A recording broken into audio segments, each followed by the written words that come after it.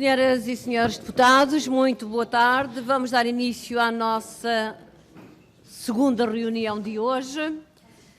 Já temos connosco o Sr. Diretor do Museu Nacional de Arte Antiga, Dr. António Filipe Pimentel, que dou as boas-vindas e cumprimento, agradeço a presença, cumprimento também as pessoas que o acompanham. E como, de facto, a sessão plenária se prolongou e certamente já estamos todos também muito cansados, porque começámos com uma audição hoje às 9h30 da manhã, portanto já estamos todos aqui a trabalhar desde as 9h30 da manhã, com uma audição precisamente à entidade reguladora da comunicação social, mas enfim, isso é o nosso trabalho, é a nossa vida. Vou apenas dizer e pedir a colaboração de todos é que se cinjam aos tempos que estão atribuídos a cada um dos oradores, a cada grupo parlamentar, e também faço o mesmo apelo ao Sr. Diretor do Museu Nacional de Arte Antiga, para que, de facto, isto não se prolongue desnecessariamente. Dito isto, recordo apenas as regras, ou seja, vamos começar com a pergunta do grupo parlamentar querente, portanto é uma audição requerimento do PSD e, portanto, vou dar a palavra ao Sr. Deputado José Carlos Barros para dizer sua justiça em 5 minutos.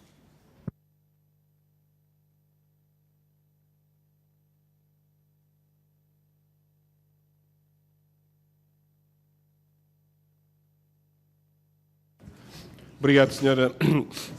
Presidente, senhoras e senhores deputados. Em nome do Grupo Parlamentar do PSD, cumprimento e agradeço a presença nesta comissão do Sr. Diretor do Museu Nacional de Arte Antiga, o Sr. Dr. António Filipe Pimentel. Cumprimento igualmente os seus acompanhantes, Sr. Subdiretor. Como já se disse, esta audição foi requerida pelo PSD e foi requerida na sequência do seu anúncio de indisponibilidade para continuar a dirigir o museu depois de junho, justificando-se esta audição, a nosso ver, face a este anúncio, desde logo pela relevância da instituição, pela qualidade, que penso que é consensualmente reconhecido, do trabalho que ao longo de quase uma década o seu diretor e a sua equipa têm vindo a desenvolver à frente do museu, e ainda por, de entre as razões invocadas para esta sua indisponibilidade, estarem as reservas relativamente ao processo do suposto novo regime de suposta autonomia dos museus, monumentos, palácios e sítios arqueológicos que, aliás, atualmente temos vindo a debater. Começaria por aí, Sr. Diretor, por lhe perguntar quais as condições que lhe têm faltado para o exercício da sua missão, por um lado, e, por outro lado, quais, em concreto, as reservas que o projeto do Governo para os museus lhe merece e que justificam esta sua anunciada indisponibilidade para continuar na direção do Museu Nacional de Arte Antiga. Sr. Diretor, em maio de 2016, em visita ao Museu de Arte Antiga, o Sr. Primeiro-Ministro anunciou um processo, que aliás, em cumprimento dessa determinação, o Sr. Ministro da Cultura explicaria aqui na Comissão em julho desse ano, que era um projeto de autonomia, um projeto piloto de autonomia de gestão do Museu da Arte Antiga, que depois dessa experiência e respectivas ponderações se estenderia ao restante universo dos serviços dependentes da DGPC e, portanto, era esse o plano. O Museu da Arte Antiga vai testar um novo modelo de gestão. Anunciava-se então. Isto nunca avançou e gostaríamos de aproveitar esta oportunidade para que nos ajudasse a compreender as razões deste novo modelo anunciado de gestão a implementar no Museu de Arte Antiga, anunciado pelo Sr. Primeiro-Ministro em maio de 2016, praticamente a início desta legislatura, não ter avançado. Houve reuniões sobre o assunto, o modelo chegou a ser discutido com a direção do museu, o que é que nos pode ajudar a compreender sobre as razões que impediram que este anúncio não tivesse tido consequência. Exatamente 2 anos depois deste anúncio do novo modelo de gestão do Museu da Arte Antiga, que não se concretizou, e depois também do anúncio do Instituto dos Museus e Monumentos, que também não se concretizou, em maio de 2018, o Sr. Primeiro-Ministro anunciou o novo regime jurídico de autonomia de gestão dos museus, que é este processo que tem vindo a estar em curso e que estamos hoje a debater. Cedo, no entanto, se percebeu que nem se tratava de um verdadeiro processo de autonomia de gestão, nem sequer, portanto, de um novo regime jurídico, jurídico, de uma alteração de regime jurídico, pois este modelo, este projeto de decreto-lei, assenta no princípio das estruturas continuarem dependentes da Direção-Geral do Património Cultural ou, conforme os casos, das Direções Regionais de Cultura, ou seja, delegação de competências, mas não efetiva autonomia. A Sra. Ministra da Cultura ontem veio anunciar aquilo que já sabíamos, já estava anunciado, com o NIF, assinar com o NIF, como se assim, aliás, como hoje vem referido num jornal, como se assim se satisfizesse uma das principais reivindicações do setor. A nosso ver, isto não passa de uma manobra de diversão. Pedia-lhe um comentário sobre o assunto, qual o seu entendimento. A nosso ver, nada alterará, nada permite alterar ou resolver de estrutural, nomeadamente em termos de recursos humanos e recursos financeiros. Sr. Diretor, uma das críticas que fazemos a este processo é o projeto de decreto-lei ter sido construído praticamente em segredo, é mesmo assim, em nosso entender, e o Ministério da Cultura, durante 1 ano e meio, um ano que demorou, de acordo com o anterior Sr. Ministro da Cultura, a ser preparado o projeto de decreto-lei, mais um meio ano que vai depois disso, portanto, o Ministério da Cultura se recusar ao debate. Na audição pública do passado dia 8, uma audição por iniciativa da Assembleia da República, vários intervenientes fizeram referência a este facto.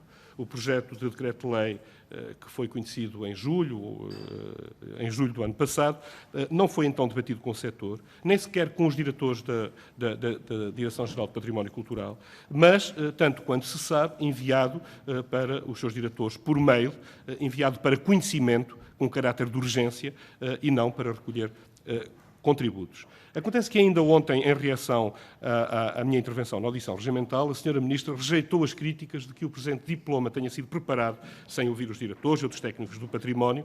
Aliás, vem hoje nos jornais também essa referência. E eu gostaria de saber o que nos pode dizer sobre o assunto.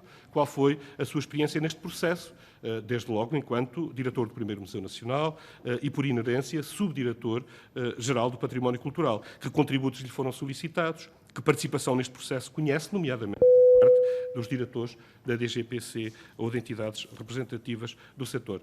Sra. Presidente, eu perguntaria se haveria segunda ronda ou não, porque num minuto eu poderia concluir a minha intervenção.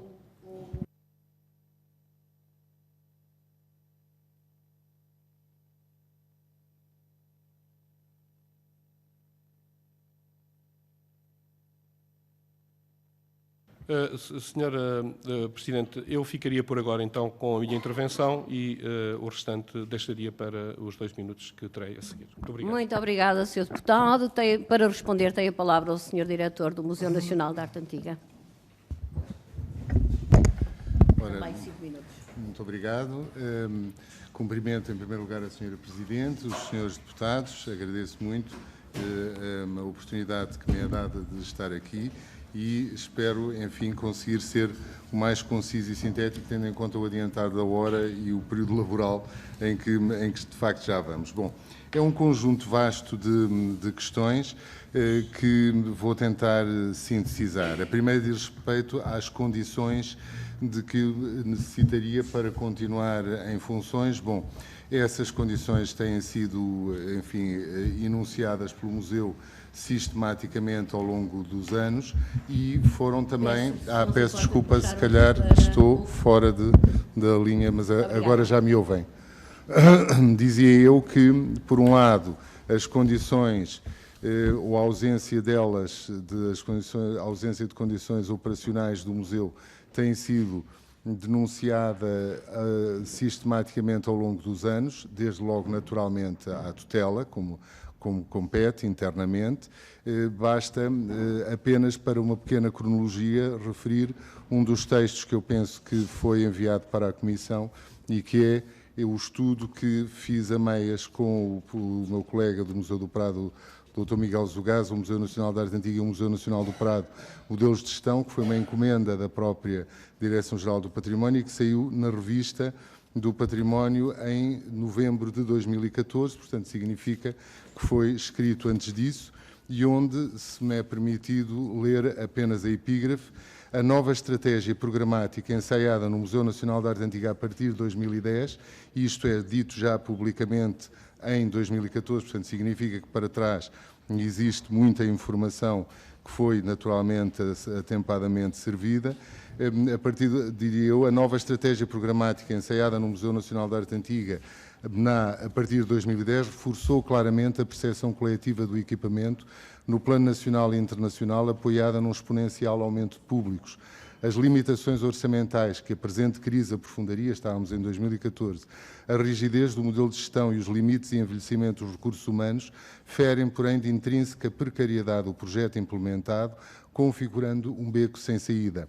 O incremento da percepção pública do museu reforça a exposição das suas fragilidades, que os próximos anos vertiginosamente agravarão, perspectivando um inexorável regresso ao ciclo depressivo.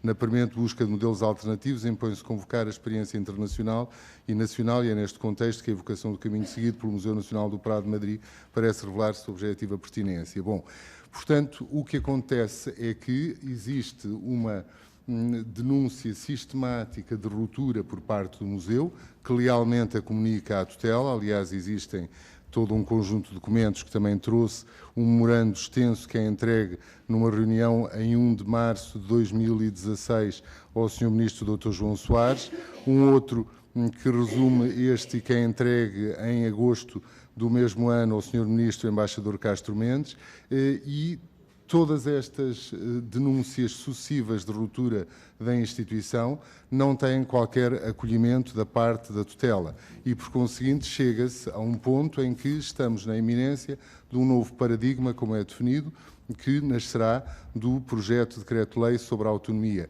Neste novo paradigma, o diretor do museu é convocado a ter de se comprometer com um contrato de programa há 5 anos, baseado, aliás, em orçamentos continuam anuais, e que, na verdade, sabe que não tem condições para cumprir.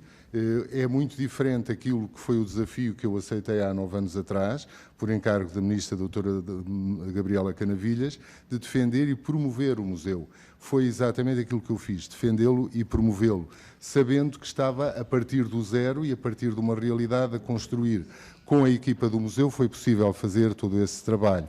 Neste momento, sei o ponto a que cheguei e sei que não é possível continuar em frente por ausência de condições financeiras e de recursos humanos, como aliás foi reconhecido por todos os senhores deputados na sequência da audição do dia 8. Portanto, o número de identificação fiscal é, digamos que o ground zero, é aquele que põe em causa a própria designação de autonomia que intitula o projeto de decreto-lei, pois evidentemente a não haver sequer o número de identificação fiscal, de que é que nós estamos a falar?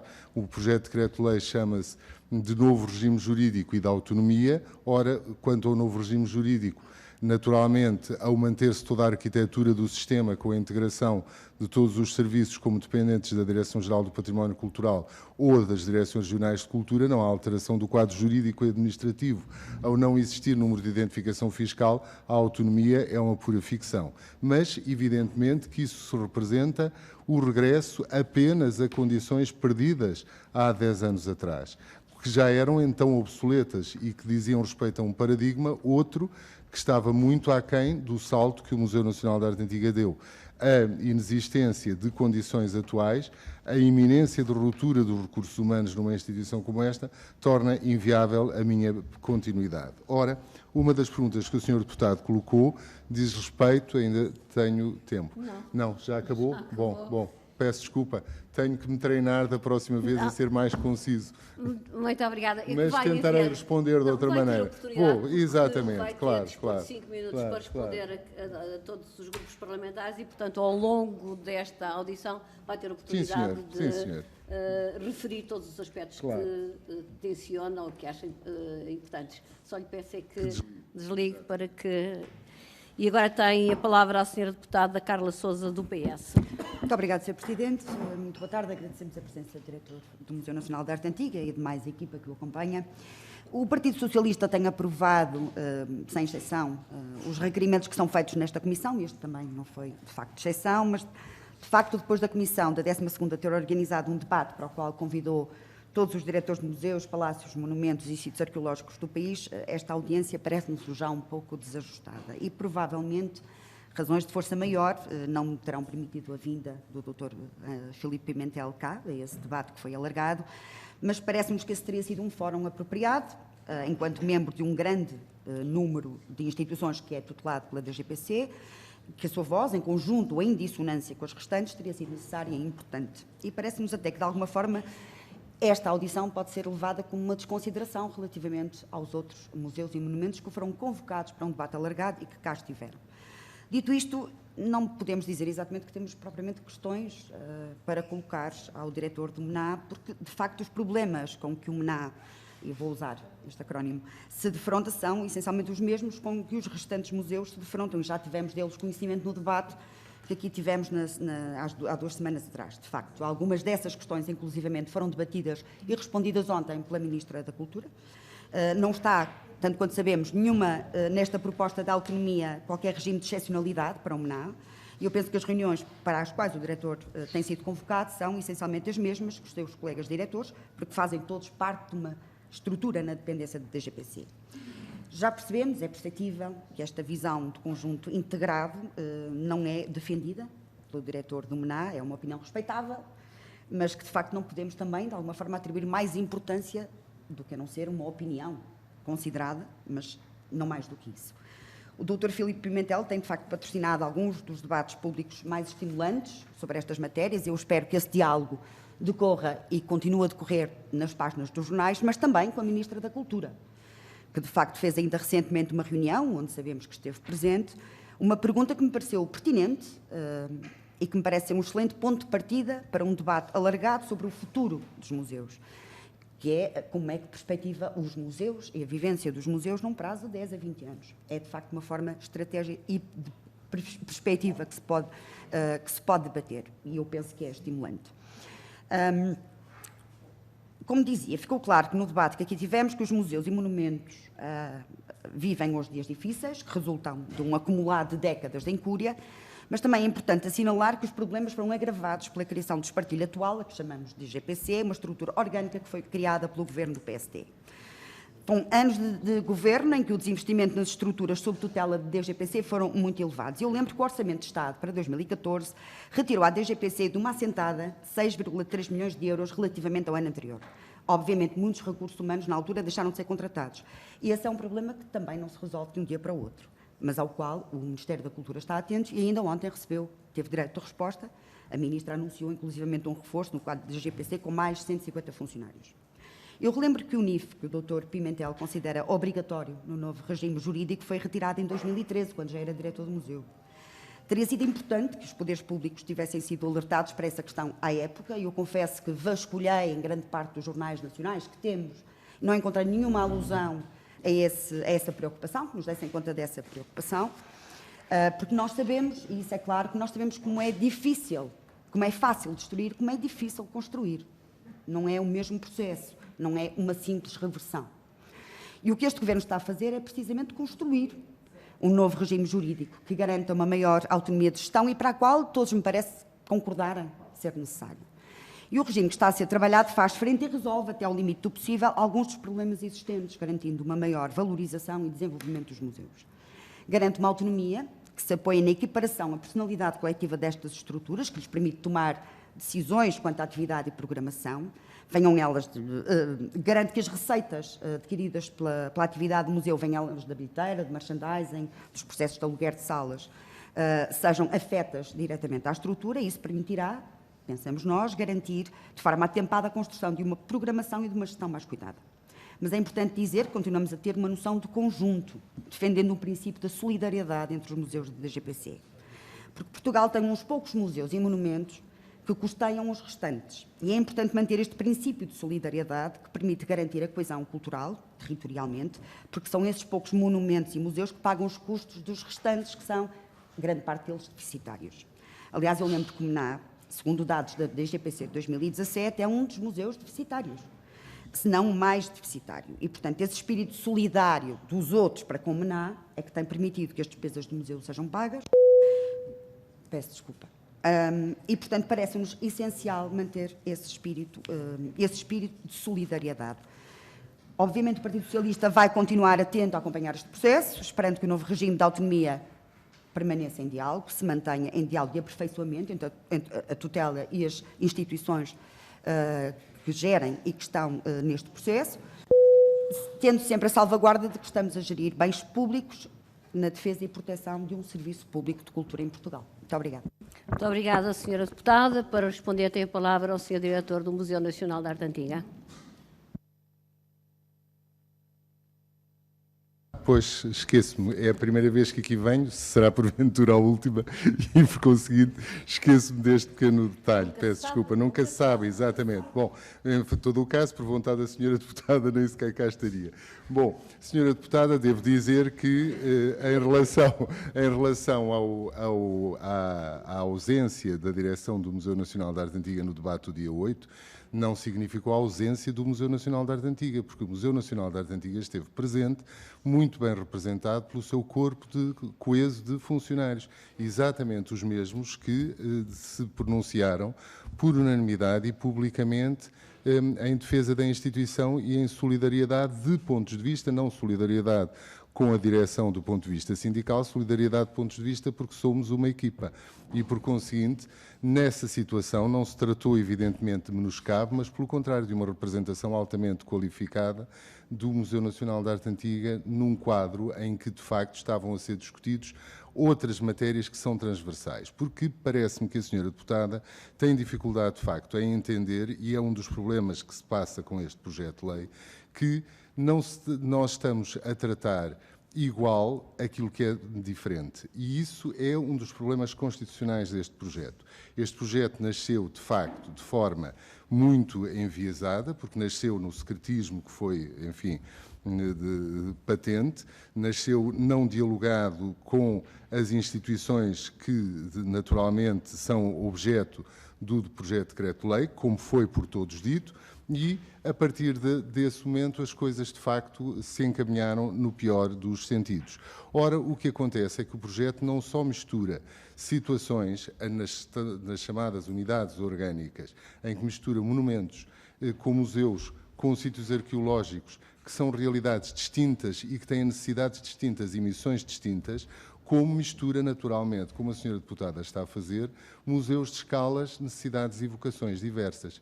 E, portanto, eu peço desculpa, mas, enfim, agora é o meu tempo de dizer de minha justiça e, pelos vistos, haverá ainda mais rondas para podermos falar. E, portanto, esse é exatamente o problema.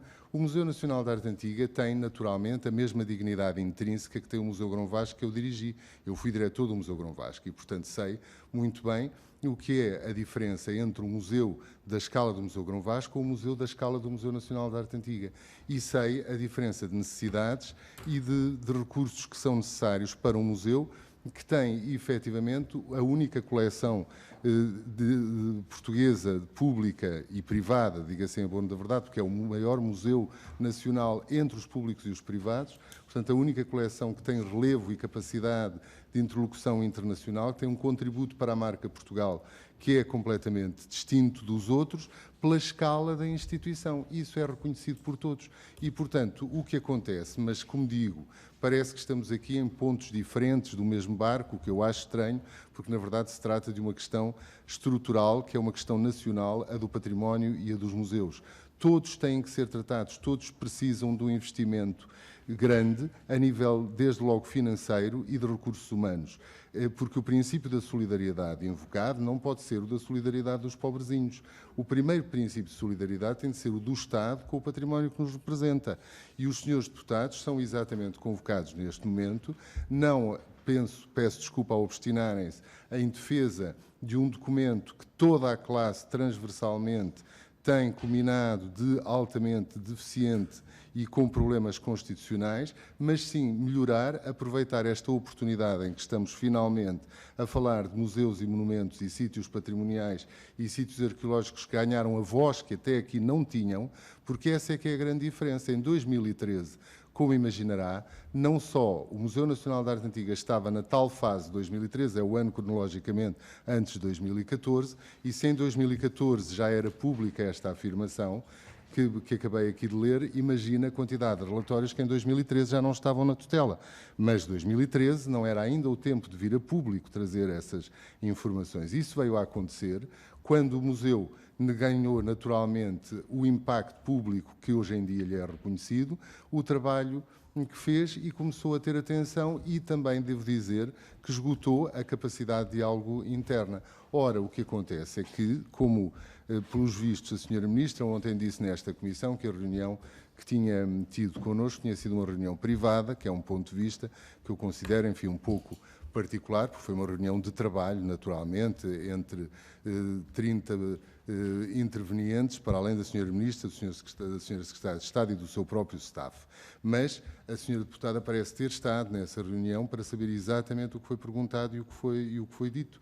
E, na verdade, pois, mas também ouvi ontem a Sra. Deputada questionar, creio que o Sr. Deputado do PSD, por se fiar no que vem nos jornais. Portanto, em fim de contas, estamos em que ponto? Não, eu não digo, eu simplesmente questiono as fontes.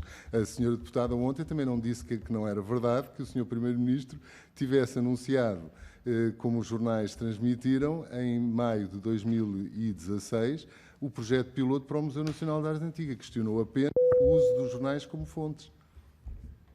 Pois, mas foi verdade, também, é histórico. Pois não. Peço que não entre aí em diálogo. Tem agora a palavra o Sr. Deputado Luís Monteiro, do Bloco de Esquerda. Muito obrigado, Sra. Presidente, senhoras e senhores deputados. Quero, antes de mais, cumprimentar o diretor do Museu Nacional de Arte Antiga, o Dr. António Filipe Pimentel, agradecer-lhe as respostas que já deu nas questões que lhe foram colocadas e, se me permite, nesta intervenção, eu dividiria a problemática em 3 aspectos essenciais. O primeiro deles, uma clara burocracia entre o que são os serviços centrais e os museus. Já fizemos essa análise. Há, de facto, um monstro burocrático que muitas das vezes é um empecilho ao trabalho e que cria mais problemas a uma ideia de autonomia que ainda não existe do que propriamente garantir que os museus tenham os seus instrumentos no seu dia-a-dia para conseguirem cumprir a sua missão e, portanto, sobre essa matéria acompanhamos o que, na verdade, é transversal ao setor. Tivemos aqui uma audição importante sobre essa matéria e percebemos claramente que é preciso descentralizar e desburocratizar uma máquina que não tem funcionado dessa forma. A outra questão, e aqui já não é apenas factual, é uma posição política também da parte do Grupo Parlamentar do Bloco de Esquerda, que tivemos também a oportunidade de a tornar pública, que é uma ideia muito simples, uma ideia de que não existe autonomia sem um compromisso de financiamento. É óbvio, ou seja, independentemente do projeto que o Governo tenha para a questão da autonomia dos museus, podemos discuti-lo pormenorizadamente. Da parte da Assembleia da República, como deve compreender, como ainda não chegou nenhum documento oficial, estamos também à espera que o Governo o entregue para sabermos a sua versão final, ainda que já tenhamos feito algumas discussões preliminares sobre a matéria, mas há aqui uma questão fundamental que para nós merece a maior atenção, que é, a par de qualquer que seja o projeto, ponto de vista administrativo que o Governo apresente, tem também de apresentar consigo um compromisso de financiamento e dizer como é que resolve a questão dos planos plurianuais. Acompanhamos isso e acho que é uma reivindicação importante do setor. A outra questão que colocou e que na verdade é adjacente a esta, é uma questão de falta de recursos humanos. E aí, se me permite, não é só dos museus, é dos museus, é dos monumentos. Portanto, se o projeto puder resolver a falta dos recursos humanos nestas entidades todas, então que venha tudo junto, porque realmente pode ser uma boa solução. Mas é crónico, é um problema crónico. São conhecidos, muitas das vezes, diretores ou funcionários administrativos que fazem vigilância, portanto, e vice-versa, quer dizer, acontece um pouco de tudo, o que é lamentável e que precisa de uma solução. E se me permite também, porque tivemos a oportunidade de preparar, dentro do que é o trabalho do Museu Nacional de Arte Antiga, algumas informações, e se acompanhamos uma lógica de reivindicação sobre a falta de recursos humanos que é preciso resolver, e também conhecendo as dificuldades na autonomia, até na contratação de recursos humanos, porque fica sempre dependente da tutela, também achamos que o museu, como entidade pública, como serviço público, deve manter uma lógica de contratação em respeito ao que são os mais básicos direitos laborais, e preocupa-nos, e era essa a questão que gostaríamos de colocar, para além das outras posições que já tivemos a oportunidade de aqui colocar. Ficamos preocupados, genuinamente preocupados, com um conjunto de contratos de prestação de serviços que estão a ser assinados, salvo erro, entre o Museu Nacional de Arte Antiga e uma empresa chamada Odyssey Concept, para uma exposição temporária que vai ocorrer, penso eu, até março, e onde as cláusulas desse contrato de prestação de serviço parecem-nos a nós claramente abusivas. Não arrisco, enquanto arqueólogo, de fazer aqui uma análise jurídica ao contrato, mas só para lhe dar um exemplo, na cláusula segunda, o número 4 diz: o não cumprimento da prestação de serviços em conformidade com o horário acordado, sem entendimento prévio ou motivo de força maior, obriga o segundo outorgante, ou seja, o trabalhador que é contratado à prestação de serviços, obriga o mesmo ao pagamento do valor de 500 euros a título de indemnização à primeira outorgante, que é, neste caso, a tal empresa Odyssey Concept. Acompanhamos a reivindicação da necessidade de mais contratação de recursos humanos, mas não podemos acompanhar, ao mesmo tempo, uma precarização que nos parece que ainda assim pode ser travada, e que os museus tenham um papel, pelo menos, no combate a situações como estas, Sr. Diretor. Muito obrigado. Muito obrigada, Sr. Deputado. Para responder, tem a palavra o Sr. Diretor do Museu Nacional de Arte Antiga.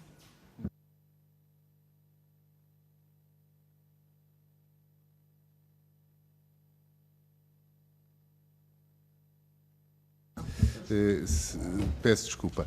Foi uma das intervenções que eu mais retive, enfim, sem desprimor para ninguém, foi a sua na audição plenária dos museus, de monumentos e sítios arqueológicos. Porque, de facto, exatamente como disse, e eu até retive a frase, não há autonomia sem financiamento e sem recursos humanos. E isto é essencial. Daí a questão do princípio da solidariedade. O princípio da solidariedade não pode ser redistributivo dentro dos recursos existentes. Tem que ser um princípio que, a partir de um investimento efetivo do Estado, permita nutrir estas instituições e lhes dê efetivamente a capacidade do take-off que precisam naturalmente de ter. O quadro que está a trazer à colação do contrato que diz que nós assinamos é exatamente um exemplo cabal da situação, porque nós não assinamos contrato nenhum. Nós não temos número de identificação fiscal, não somos entidade, não podemos contratar ninguém. Portanto, é a Direção-Geral do Património Cultural que assinou o contrato com essa empresa. Não vou sequer discutir os termos, porque me preocupa, sim, como diretor, a qualidade da prestação do serviço de acolhimento que a empresa faz dos visitantes da exposição e das próprias visitas orientadas em articulação com o serviço educativo, que é altamente qualificado e garante a qualidade da prestação do serviço do museu. Mas é apenas um exemplo da precariedade em que nós somos forçados a trabalhar. E precisamente por isso é que o ponto de ruptura é esse mesmo. É que o Museu Nacional de Arte Antiga, tal como eu tive a oportunidade de dizer à Sra. Ministra na tal reunião, dispõe de um NIF. Sem o NIF nós não fazíamos nada, evidentemente. Toda a operatividade do museu durante estes anos é feita, obviamente, com o uso de um NIF que nos permite contornar sistematicamente a burocracia que a estrutura nos impõe. Só que o NIF não é nosso, é o NIF do Grupo dos Amigos do Museu Nacional de Arte Antiga, que, sendo uma instituição de utilidade pública, com 107 anos de serviço e com a extensão e a escala que tem, consegue apoiar o museu, consegue ser parceira das exposições do museu. Mas não é o nosso NIF. E, portanto, o mesmo que se passa sem o apoio desta empresa, nós não tínhamos possibilidade de abrir ao público uma exposição que, aliás, convém notar-se já agora, também disse isto à Sra. Ministra, no discurso de intervenção da inauguração da nova acesso à Capelas Albertas, uma obra estrutural muito importante em que a Sra. Ministra não nos deu a honra de estar presente, mas eu fiz-lhe chegar o meu discurso. A exposição de Sorolha, que é uma exposição que honra muitíssimo Portugal, em que nós conseguimos não só marcar a presença num programa internacional dedicado a Sorolha, mas fazê-lo com antecipação em relação à National Gallery de Londres, começou a ser preparada em Madrid entre 30 de julho e 31 de julho deste mesmo ano. E 4 meses e meio depois estava com catálogo no Museu Nacional de Arte Antiga. Portanto, é para acudir a este tipo de situações que são vertiginosas e que, evidentemente, enfim, foi um golpe de asa graças às relações internacionais e aos grandes amigos que o Museu Nacional de Arte Antiga tem, e que é necessário ter uma outra estrutura jurídica e uma outra dimensão. E isso é verdadeiramente elementar para quem entende daquilo que nós estamos a falar. Ora, o que acontece é que não é por acaso que nós estamos aqui na terceira ou quarta ronda de discussões no vácuo, porque, na verdade, é consensual que ninguém está de posse do documento que está em contínua transformação, nem os senhores deputados o têm. Nós possuímos a última versão que nos foi fornecida em 20 de agosto pelo gabinete do Sr. Ministro Castro Mendes, mas que, pelos vistos, teve evoluções ocorridas e transmitidas ontem na reunião, na audição nesta comissão da Sra. Ministra da Cultura, e, por conseguinte, estamos a trabalhar sobre um documento que, teoricamente, deveria ter sido aprovado ainda em final de julho, daí de ser dado conhecimento com caráter de urgência aos diretores dos museus e dos serviços dependentes a 23 de julho e que, na verdade, estamos já em janeiro e ainda não temos a formulação final. E é exatamente este desconhecimento, esta opacidade e falta de transparência que, na verdade, é uma das questões centrais de um documento que não seguiu as vias naturais de discussão, de abertura e de colher a opinião e, sobretudo, a opinião informada. E quando o Museu Nacional de Arte Antiga, com a escala que tem, com a equipa que tem, com a representatividade que tem, com a capacidade de internacionalização que tem, que faz o trabalho que faz, desde o estudo na 2020, que foi concluído em 2015, com um grupo de consultores que é visível e que é de excelência. Peço desculpa, vou só mesmo concluir. Faz o master plan da sua ampliação, negocia com a Câmara o próprio processo de ampliação, consegue reunir um conjunto de contributos estratégicos como os que foram reunidos no debate MNA século XXI e no ano passado e dados à estampa ainda este ano, e nada disto é sequer objeto de uma conversa, parece no mínimo estranho, não é? A questão é simplesmente esta. Muito obrigada. Tem agora a palavra a Sra. Deputada Vânia Dias da Silva, do CDS-PP. Muito obrigada, Sra. Presidente. Sra. Presidente, Sras. e Srs. Deputados, cumprimentar, antes de mais, o Sr. Professor António Filipe Pimentel e o Sr. Dr. José Alberto Seabra de Carvalho e agradecer-lhes a disponibilidade para estarem aqui hoje presentes e começar por deixar um lamento pela circunstância desta audição, não apenas pela hora tardia, mas por decorrer precisamente na saída do Sr. Professor do MNA, que é uma perda para o MNA, e deixar esse lamento e um elogio ao trabalho que desenvolveram à frente do MNA. É hoje um museu refrescado, vívido e com alma e, portanto, não gostava de deixar passar em branco essa referência. Sobre a autonomia dos museus, como sabem, foi feita uma audição pública aqui na Assembleia da República há muito pouco tempo, mas esta audição acabou por ser também uma audição sobre o estado dos museus, não só sobre a autonomia, em que ouvimos várias situações sobre as situações limite a que se chegou, desde a negligência do Estado relativamente ao património propriamente dito, que muito dele está abandonado ou prestes a sê-lo, a negligência do Estado com quem guarda e estuda o seu património, o desinteresse do Estado em melhorar este estado de coisas tão concentrado que está na sua visão centralizadora e autoritária até às vezes, e portanto neste estado de coisas é preciso encontrar soluções que são responsabilidade do Estado e a senhora deputada Carla Sousa, dizer-lhe que o princípio da solidariedade faz todo sentido, mas não é tudo. O princípio da responsabilidade do Estado, que parece, a senhora deputada parece ter-se esquecido, é um princípio básico e basilar em que o Estado tem que cumprir o mínimo, e o princípio da solidariedade vem por acrescento, já o senhor professor disse isso e eu subscrevo. Dizer depois que há várias problemáticas aqui, a primeira delas tem que ver com a segurança. Além da situação do MNA propriamente dito, outros diretores nessa audição pública se referiram ao facto de não conseguirem manter o quadro de guardaria e de vigilância. Nós conhecemos todos a situação do MNA, ela foi pública, foi discutida aqui várias vezes, e eu gostava de perceber como é que está neste momento, como é que está neste momento específico, o que é preciso, quantas mais pessoas seriam precisas para que o quadro de guardaria e de vigilância se componha e deixe de ser problemático. E perguntar também o que é que impede a solução de uma coisa que conhecemos há já anos e que tarda em resolver-se. Depois também ainda em matéria de segurança, perceber como é que está a segurança das reservas.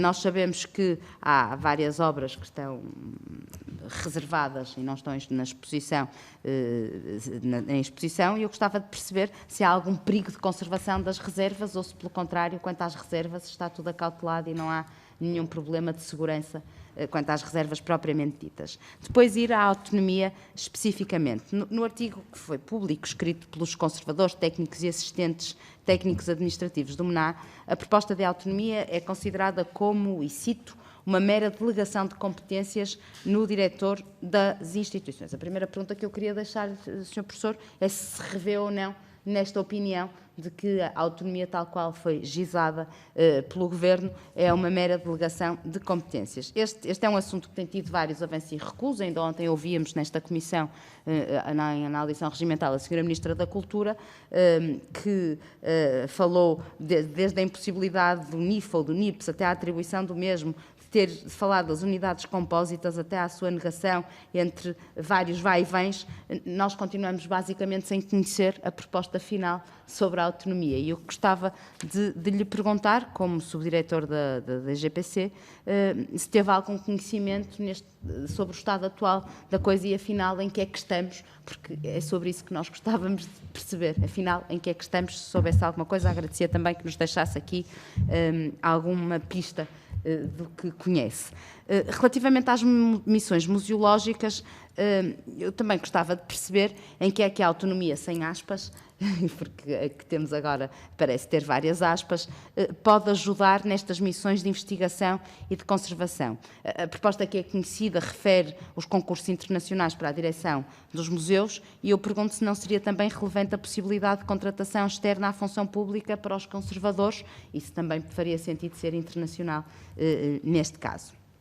Quanto ao futuro e às boas práticas, a Ministra da Cultura veio dizer que quer pensar o futuro dos museus para daqui a 1 ou 2 décadas. Não deixa de ser interessante esta preocupação agora, precisamente no final da legislatura, quando há um estudo do MNA, o MNA 2020, que reuniu destacados museus internacionais para estudar as melhores práticas e encontrar soluções, e parece-me estranho que a Sra. Ministra da Cultura venha falar no futuro sem sequer ter em conta este documento. Sabe, por acaso, Sr. Professor, se a Sra. Ministra conhece estas reflexões ou não, e se nos pode explicar os casos dos museus do Luxemburgo e do Prado, que conseguiram chegar a um patamar extraordinário, e eu sei que conhece bem essa situação e gostava que nos falasse aqui um bocadinho sobre isso. Finalmente, para terminar, Sra. Presidente, o MNA, gostava de lhe falar do MNA, para terminar, Sra. Presidente. O MNA, como sabe, está na moda nas redes sociais um desafio que se chama 10-Year Challenge, de mostrar o que é que mudou em 10 anos. Se tivesse que fazer aqui a fotografia do que é que mudou em 10 anos no MNA, eu gostava que nos dissesse o que é que no MNA de facto mudou nestes últimos 10 anos e o que é que é importante assegurar que continue nos próximos 10. Muito obrigada, Sra. Obrigada, Presidente, pela Sra. tolerância. Deputada. Obrigada, Sr. Tem a palavra para responder o Sr. Diretor do Museu Nacional da Arte Antiga. Muito obrigado, Sra. Deputada. É um tal feixe de questões que eu vou tentar sintetizá-las. Bom, relativamente ao enunciado do diploma e sua evolução, eu estou, como há pouco brincava com a outra senhora deputada, só sei o que é dito pelos jornais ou aquilo que eu vi ontem na Comissão. Portanto, não sei, não tenho qualquer informação interna. Aliás, como é sabido, nem se tampouco como Subdiretor-Geral eu tive acesso à informação partilhada na Direção-Geral em primeira instância, quanto mais agora na evolução. Portanto, as últimas informações escolhi-as ontem porque, madrugada fora, estive, apesar de convalescente de gripe, a tentar, obviamente, seguir o vídeo disponibilizado da sessão.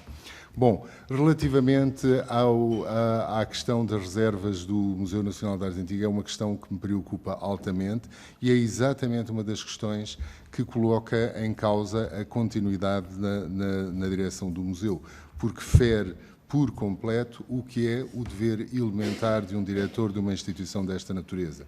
Precisamente por isso é que não se trata de uma decisão imponderada e refletida ou de uma birra, mas ao contrário, esta minha decisão e do meu colega José Alberto Seabra é uma decisão ponderada, amadurecida e que tentámos evitar até ao limite, mas que aparentemente não terá possibilidade de reversão.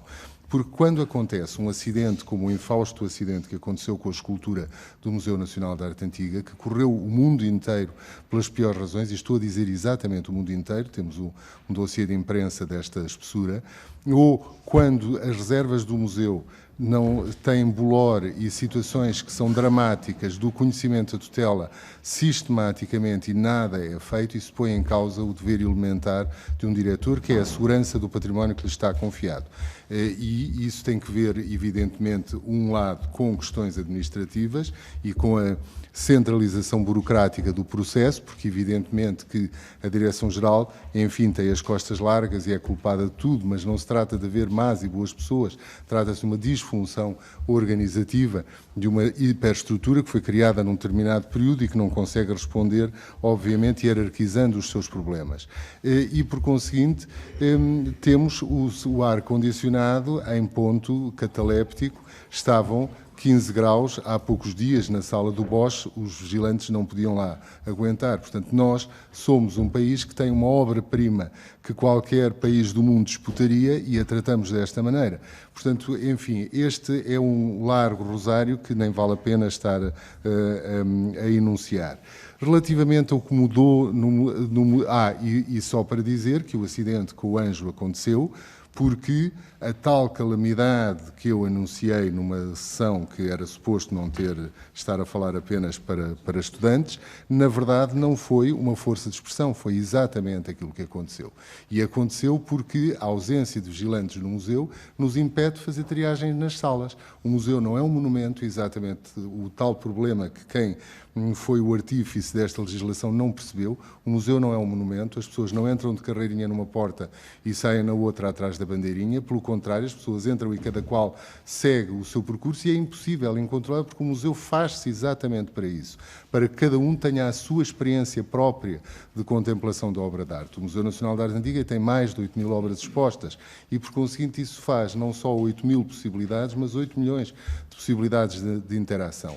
E, portanto, só com vigilância, no mínimo proporcional, é que é possível ter a noção de fazer triagem, porque há demasiada gente já, demasiada pressão numa sala, enquanto outras podem estar vazias, exatamente como acontece em qualquer museu do mundo. O que é que mudou no museu em 10 anos? É difícil de imaginar porque, enfim, parece que passámos do 8 para o 80. Eu lembro-me de entrar naquele museu nos primeiros dias e os meus passos ecoavam nas salas vazias e eu pensava até com uma brincadeira que uso para mim, enfim, obviamente sem menoscabo para ninguém, mas dizia, mas isto parece o jazigo dos benfeitores da misericórdia, é um private joke que eu tenho. O que é que aconteceu? Não há ninguém nestas salas. Aliás, esses relatos surgem, enfim, com mais ou menos pitorescos, contados por amigos de todos os tipos. Sucede que é um bem público, não é a minha coleção privada, que eu posso até estar tranquilamente, sem ninguém que me aborreça. Não, trata-se de um bem público que deve ser fruído por todos, que tem um papel pedagógico a cumprir. E para que esse papel pedagógico seja cumprido, tem que existir, a montante de tudo, uma equipa de investigadores, porque o museu é essencialmente um centro produtor de conhecimento.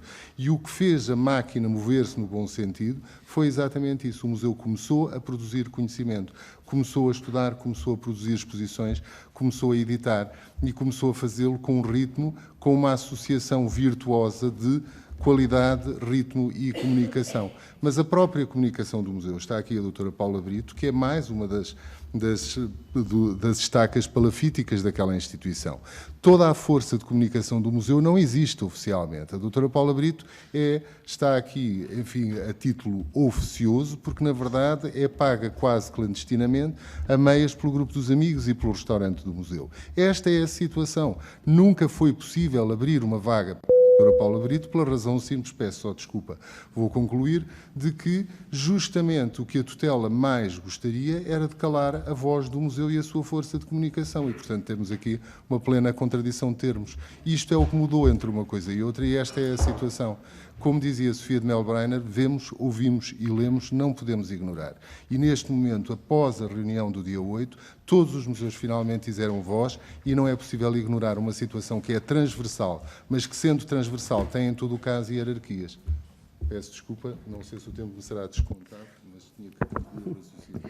Não é descontado, também não interrompemos o raciocínio de ninguém, ou seja, há um apelo à contenção e ao respeito pelos tempos de palavra, mas não se interrompe o raciocínio de ninguém.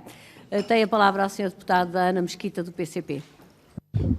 Muito obrigada, Sra. Presidente, e começo por cumprimentar o Sr. Diretor António Filipe Pimentel e a demais equipa presente aqui nesta audição. O princípio do PCP, na abordagem do tema que aqui nos junta hoje, é a lógica de valorização dos serviços públicos e a valorização dos seus trabalhadores. E por isso queríamos começar por deixar uma palavra à extraordinária equipa do Museu Nacional de Arte Antiga, que esteve cá presente, efetivamente, e bem representada na audição. Gostaríamos de ter contato também com o Sr. Diretor, mas, como é evidente, valorizamos muitíssimo a presença dos trabalhadores, mas seria injusto fazê-lo apenas e só ao homenagear, porque igualmente temos de saudar cada uma das extraordinárias equipas de cada um dos museus, monumentos, palácios e sítios arqueológicos. Bom, enfim, a parte das equipas nos sítios é outra questão, mas no nosso país.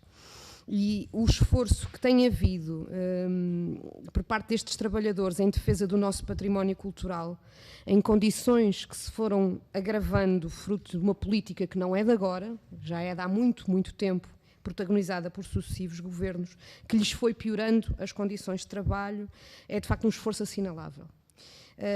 E apesar de tudo, nós também gostaríamos de deixar isto, há coisas muito bonitas e de ótima qualidade a acontecer nos nossos museus, monumentos, palácios e sítios arqueológicos.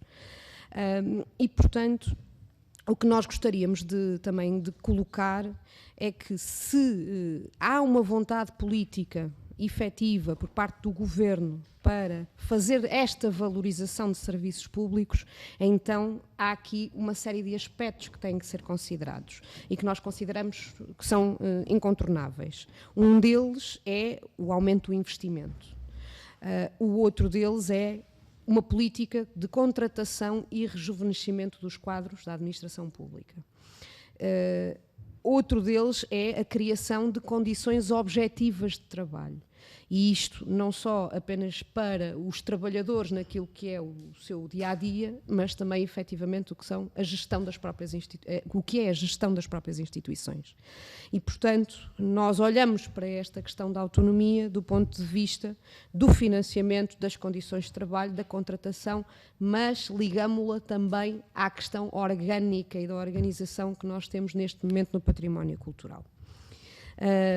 E, portanto, nós compreendemos que naquilo que é um cargo que é exercido à frente de um museu e de um museu desta natureza, existirão desafios muito fortes e muito grandes, tendo em conta estes condicionamentos que existem e que são reais e que são factuais e que, no caso dos trabalhadores, sabemos que a questão da passagem do conhecimento é complicadíssimo e nós consideramos que isto tem que ser uma prioridade de resolução, sob pena de haver uma perda irreparável, até em certos casos, de conhecimento, porque não se arranja trabalhadores especializados na administração pública para fazer determinado tipo de situações que acontecem nos museus. E, portanto, é preciso ter, efetivamente, medidas muito assertivas e muito concretas em relação a isso. E, o que nós também gostávamos de perguntar e decorre um pouco daquilo que colocou ainda agora, aqui no que foi surgindo na audição, referiu que, neste momento, em virtude de todo este processo, os museus, os monumentos, os palácios, os sítios estão finalmente a ganhar uma voz e um peso público, uma dimensão pública maior. E, portanto, como é que agora nós lemos esta questão da não candidatura? Porque se estão a ganhar mais voz e mais peso, não seria a ocasião de prosseguir o esforço? Sim, é um pouco para também compreendermos esta dualidade, não é? Porque senão parece, de certa maneira, o que pode sair daqui é que parece que não vale a pena lutar, e nós acreditamos que vale sempre a pena lutar, e portanto gostávamos de entender como é que lê então esta questão, se há um aumento da voz, mas se agora está a abrir a porta para não permanecer, e gostávamos honestamente de entender o que é que considera em relação a isso. E como é que avalia, também tendo em conta esse aspecto, o percurso que foi fazendo nestes praticamente 9 anos, seria no dia 1 de março, creio eu, que seriam cumpridos os 9 anos, data curiosa, porque tem muitas efemérides, mas como é que avalia esse percurso que foi fazendo ao longo destes praticamente 9 anos, e se considera que o MENA foi melhorando, foi conseguindo diferenciar-se, foi conseguindo fazer uma rota que enriqueceu ao fim e ao cabo o nosso país, ou se, pelo contrário, foi um percurso decrescente face às crescentes dificuldades. E era também um pouco para percebermos como é que lê, ao fim e ao cabo, esta dualidade que existe. Muito obrigada. Muito obrigada, Sra. Deputada. Para responder, tem a palavra o Sr. Diretor do Museu Nacional de Arte Antiga. Bom, Sra. Deputada, agradeço a sua pergunta, mas sobre a última questão, se fosse, diz-se que elogio em boca própria é vitupério, mas no meu caso não se trata de ser a boca própria, porque não vou falar do meu trabalho, vou falar do trabalho de uma equipa, não é? E acho que é tão visível e tão mensurável o salto dado pelo museu que isso responderá à sua pergunta. Aliás, uma das coisas que me surpreende, confesso, é a quantidade de estudos que se encomendam. Nós somos o país dos estudos, o país que aposta sempre daqui por 10 e por 20 anos, que é muito importante olhar o futuro, mas sucede que o futuro se ganha todos os dias. Nós temos que abrir amanhã, a exposição tem que estar no ar amanhã, o Tiziano que vem para o Museu do Hermitage tem que estar apresentado no dia 29 e, portanto, estas coisas têm as suas urgências. Mas, como dizia, foi a própria tutela que encomendou um estudo públicos que foi feito em relação a todos os museus nacionais e que foi apresentado agora às conclusões do estudo público referente a 2015. Estamos há quase 4 anos atrás e o salto de gigante do MENA em relação a todos os outros e a diferença de escala, porque é disto que nós estamos a falar, é simplesmente não uniformizar, porque há situações que são evidentemente transversais e, portanto, é muito importante que finalmente as instituições tenham uma voz, e uma voz que é uma voz construtiva, aliás, foi de uma dignidade extraordinária, devo dizer, estive a ver com atenção a prestação de todos os meus colegas naquela audição e a dos próprios senhores deputados, quer dizer, portanto, há ali um consenso, finalmente, que é positivo, porque esta é uma questão transversal a todos e por conseguinte, é muito importante que essa voz tenha sido dada e que essa voz permita estancar o limiar essencial do trabalho, essa questão da dignidade que se estava a referir. Agora, isso é muito diferente das necessidades ingentes de uma instituição que deu um salto de gigante. E, por conseguinte, o que está em causa é verdadeiramente a possibilidade de continuar. Não está na minha mão, a questão é essa, não está na minha, nem está na do meu colega José Alberto Seabra. Não é possível. A administração do museu está reduzida, vai ficar reduzida a 2 elementos. E a administração do museu, justamente pela ficção autonómica que nós temos, porque não só dependemos de uma direção-geral que nos sobrecarrega com uma burocracia terrível que vai, que vem, coisa que é uma perda de tempo alucinante, como justamente temos todo o resto que vem da tal autonomia fáctica que nós temos por força das relações de parceria com com os mecenas e que sustentam a instituição. E tudo isso, neste momento, está dependente de duas pessoas. O secretariado está reduzido a uma e a administração está reduzida a outra. E, portanto, que aliás se vai aposentar e, portanto, não existem condições técnicas, e foi este alerta que o Museu deu consecutivamente ao longo de todo este período. Porque a questão dos recursos humanos no Museu tem que ser analisada de dois pontos de vista. Um é o ponto de vista técnico dos trabalhos mais técnicos, a questão da guardaria e a questão da limpeza, a questão da manutenção ou a questão da jardinagem. São trabalhos que podem ser resolvidos de outra maneira, mas são trabalhos que, do ponto de vista da guardaria, que envolve matérias de segurança, e o meu colega José Alberto Seabra poderá até detalhar mais essa matéria, põem neste momento em causa a própria estabilidade e segurança e a garantia de salvaguarda do acervo, porque se trata, numa casa com mais de 80 salas abertas e com um acervo, com a sensibilidade que tem, de gerir um melting pot de contratações de todo o tipo. Portanto, isto é trabalhar no fio da navalha à espera, de facto, que aconteça qualquer desgraça ou que Nossa Senhora de Fátima tenha uma vertente museográfica e consiga proteger-nos até ao limite. Outra questão completamente distinta é a do saber de uma equipa e da transmissão do conhecimento. O museu, com a escala do Museu Nacional de Arte Antiga e com a sua escala de responsabilidades, porque é o museu sobre o qual assentam os pareceres técnicos que maioritariamente definem o movimento de obras de arte de importação e exportação, só para referir este pormenor, portanto, tem responsabilidades de homologação, é como uma pequena universidade. E custa-me a crer, e foi isso que eu disse à Sra. Ministra, e que com a sua longa experiência da administração pública se lhe pede essa criatividade, que, tratando-se de uma estrutura, no fundo, o que nós estamos a referir parece que é um magma de problemas, porque eles são arrastados por anos, mas, na verdade, é apenas um pequeno alfobre de problemas. São 30 equipamentos, com 30 diretores e 30 funcionários, cada um tanto. Isto, em termos de administração pública, não representa nada. Em termos de peso orçamental, não representa nada.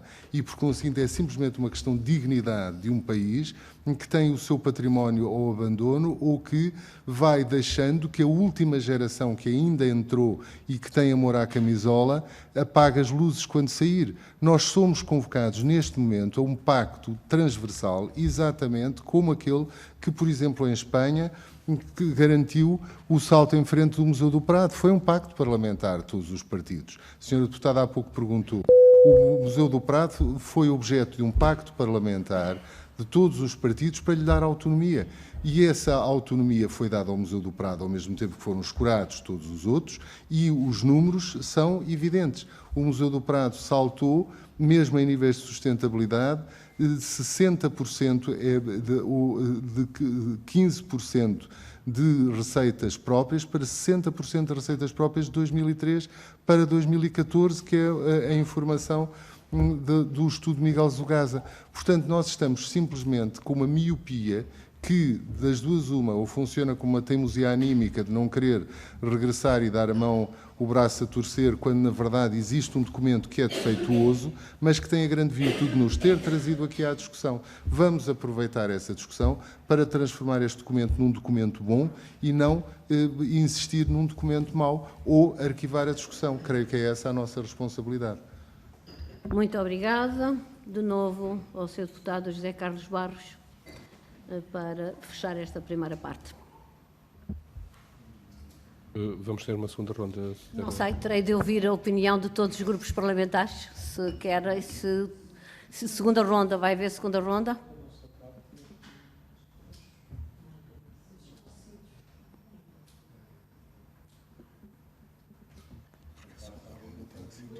Não, é porque, quer dizer, está previsto, é do regimento, mas se houver um consenso entre todos, prescinde-se da segunda ronda, já tem acontecido. Mas não pode ser parcial, por exemplo. Se ela Tem de haver a concordância de todos, embora não sejam obrigados todos a usar da palavra, ou seja, tem é de dar a concordância para que não haja segunda ronda. Portanto, ninguém é obrigado a falar o tempo todo ou a falar quantas vezes o regimento lhe permite, mas o consenso em relação a haver a segunda ronda tem de ser, de facto, com a concordância de todos. Portanto, querem segunda ronda o CDS, então, Sr. Deputado José Carlos Barros, vai haver segunda ronda? mas de qualquer maneira tem a palavra para os 2 minutos. Sr. Presidente, havendo segunda ronda, e também porque, de facto, eu utilizaria o tempo da segunda ronda e abdicaria destes 2 minutos, prescindiria agora dos 2 minutos e, se vamos ter segunda ronda, eu intervirei na segunda ronda. Obrigado.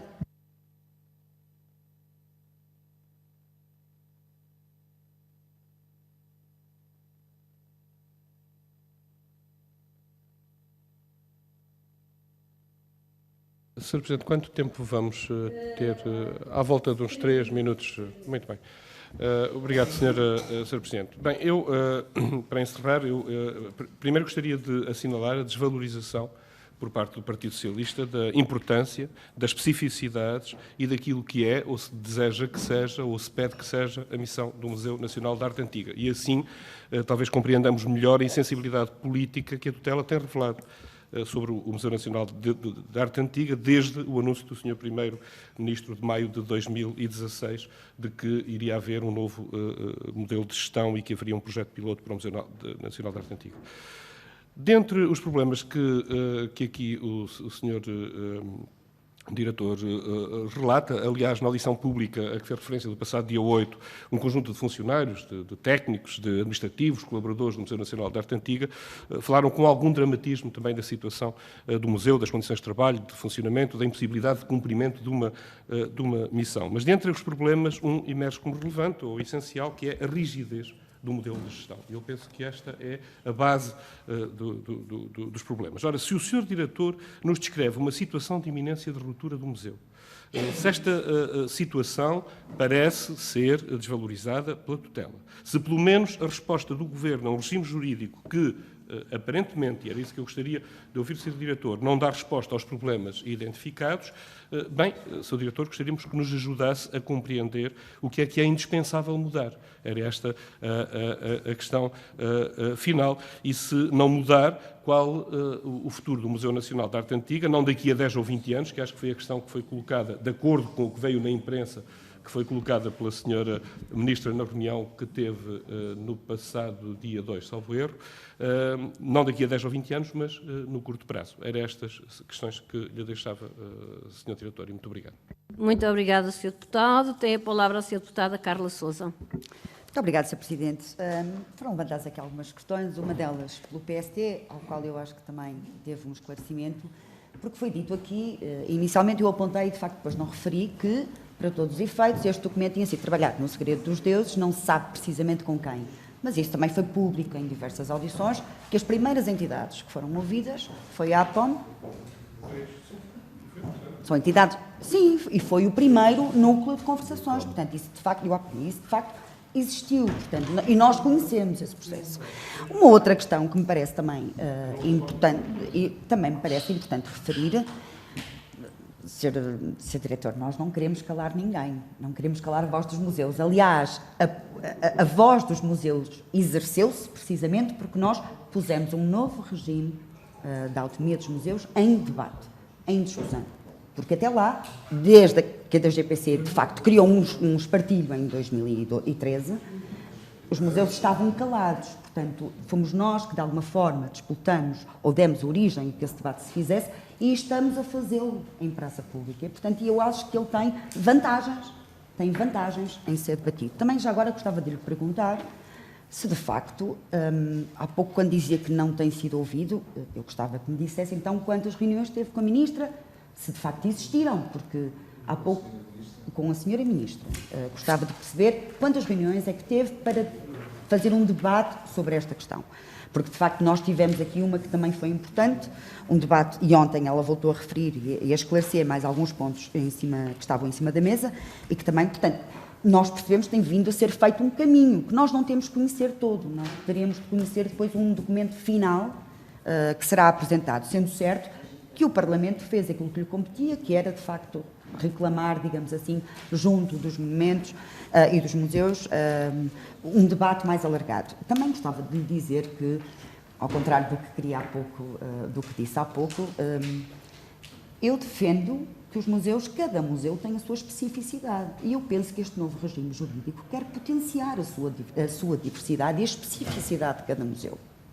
Porque, de facto, ao atribuir-lhe também mais receitas, garante-lhe, obviamente, uma programação, ou a possibilidade de uma programação mais atempada, de parcerias mais alargadas, e é esse o objetivo. E, portanto, cada diretor, aqui é uma figura importante e parece-me que também já agora gostava de ouvir a sua opinião sobre o facto de os diretores virem a ser eleitos por um regime mais alargado de base de recrutamento, que também me parece importante, porque, de facto, a figura do diretor também será uma figura tutelar, que criará as dinâmicas que conseguir implantar nesta questão. Portanto, eu queria lhe dizer que salvaguarda, e a ideia, penso eu, é que salvaguarda as especificidades de cada instituição. E ninguém retirou nenhumas especificidades, digamos assim, ao MENA, não foi essa a minha intenção. Depois, o tratamento que é dado pelo regime, sim, o tratamento que é dado pelo regime tem de garantir a solidariedade entre as instituições e, portanto, foi nesse sentido que eu abordei de uma forma transversal todos os museus. Muito obrigada. Muito obrigada, Sra. Deputada. Sr. Deputado Luís Monteiro, tem a palavra. Muito obrigado, Sra. Presidente, senhoras e senhores deputados. Serei muito breve, um mero comentário final, agradecer as respostas e deixar uma ideia para a discussão futura, obviamente, sobre que tipo de rede de museus é que nós queremos. É uma pergunta que parece um clichê neste debate, mas que importa porque eu acho que coloca duas questões fundamentais. A primeira delas é que uma rede à partida não depende apenas de uma direção geral e, portanto, tem a capacidade de interdialogar entre si e não estar apenas dependente numa lógica de causa e consequência entre uma administração central e cada uma das entidades. E, portanto, quando se pensa uma rede, pensa-se em espaços de diálogo, mesmo entre as entidades e, portanto, mesmo quando existem esses espaços de diálogo, não serem através da administração central. E, portanto, isso parece-me importante.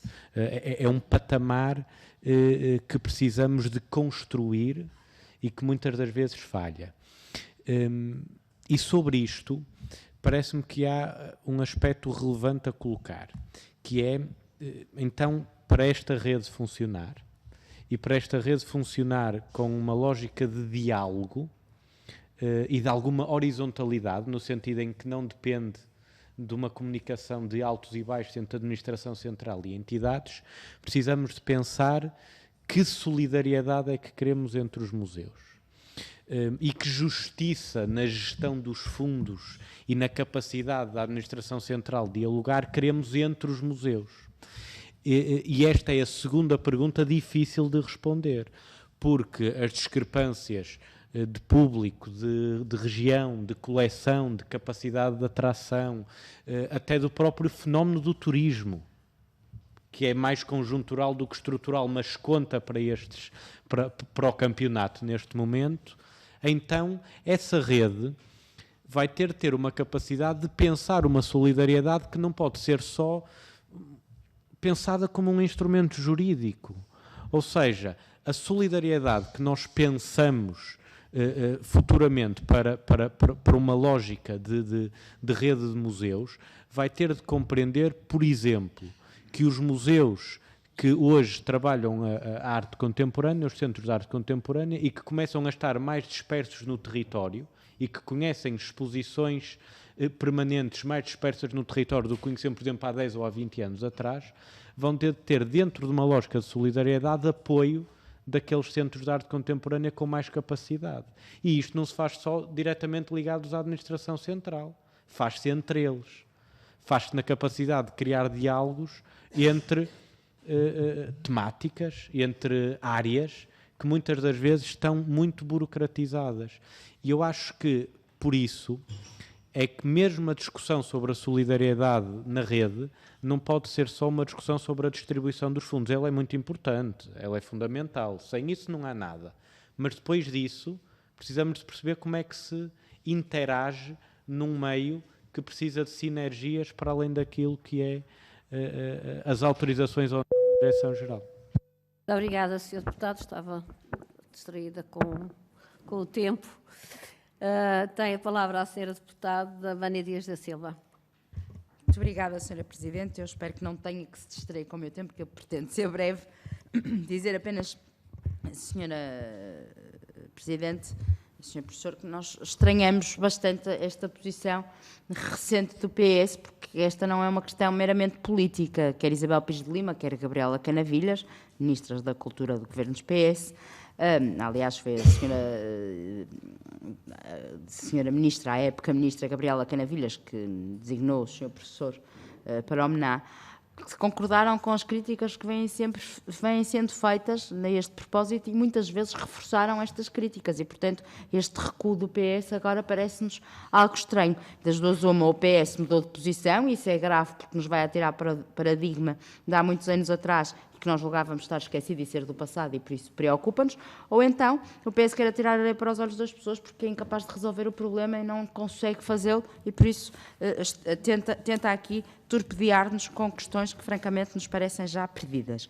Bom, para além disso, eu gostava, eu sei que fiz uma amálgama enorme de perguntas, aqui o Sr. Professor respondeu a quase todas, mas havia aqui ainda outras duas que eu gostava de dar corpo. Uma tem que ver com o Laboratório José de Figueiredo. Nós sabemos que o laboratório está numa situação difícil e talvez até preocupante. Gostava de perceber em que pé está e como é que podemos resolver também mais esse problema. E depois o Sr. Professor falou já a propósito do modelo atual do Museu do Prado e das vantagens que teve o pacto de que nos falou relativamente à autonomia que foi concedida a esse museu. Eu também lhe tinha perguntado sobre o Museu de Luxemburgo, que tanto quanto julgo saber é um museu um bocadinho mais próximo daquilo que é o modelo do MNA, de que o Prado está um bocadinho mais distante, apesar de tudo, com pena nossa. E por isso eu gostava de perceber se o modelo encontrado para o Museu de Luxemburgo foi um modelo que partiu também do modelo que é hoje em dia o modelo do Prado, ou se assentou num modelo diferente e se as premissas foram outras e se a solução foi outra, ou se pelo contrário podemos ir beber a solução aos dois por serem absolutamente parecidas, ou se vale a pena estudarmos ambas para perceber o que é que podemos escolher de melhor de uma e de outra. Muito obrigada mais uma vez. Muito obrigada, Sra. Deputada. Tem a palavra a Sra. Deputada Ana Mesquita. Muito obrigada, Sra. Presidente. Eu tentarei ser breve, mas eu compreendo e nós compreendemos bem que ter um fundo de maneio de 600 euros, creio que será isso, um orçamento de cerca de 2 milhões, mais coisa, menos coisa, 67 trabalhadores, mais coisa, menos coisa, creio que será esse o número, metade dos que eram em 1987, não é? E uma média etária muitíssimo elevada, porque este também é outro problema, não é? Muitos trabalhadores à beira da aposentação, muitos deles se calhar também a enfrentarem quadros de doença que decorrem muitas vezes da sobrecarga de trabalho. Nós compreendemos que este é um quadro muito difícil de operar. Não é? É uma situação transversal à administração pública, não é?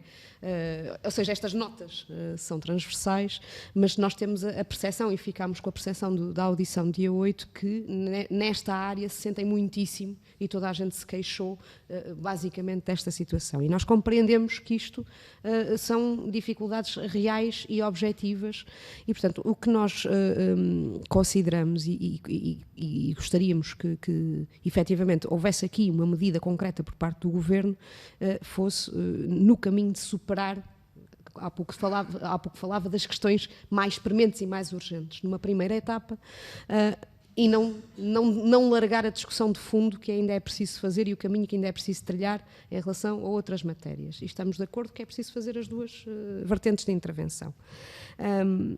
O que eu gostava de perceber é, reconhecendo isto, ligando isto à questão da autonomia, o que é que é preciso fazer nesta altura? Ou seja, ao longo do tempo apresentou várias propostas, ao longo do tempo colocou esta situação, neste momento há um fórum de discussão que de certa maneira está aberto e nós gostaríamos de entender se vai continuar a contribuir para a discussão e em que moldes o MENA também pode contribuir para que a discussão da autonomia se enriqueça e para que, de facto, se há uma oportunidade criada, ela não seja desperdiçada. Obrigada. Muito obrigada. Antes de passar a palavra ao Sr. Diretor. Só tem ideia de qual é o peso dos encargos com o pessoal nas despesas globais do museu? Isso foi uma coisa que agora me ocorreu aqui no debate. E outra coisa, também foi aqui falado daquele documento MENA 2020, de que ano é que é? 2015, setembro de 2015. Muito obrigada.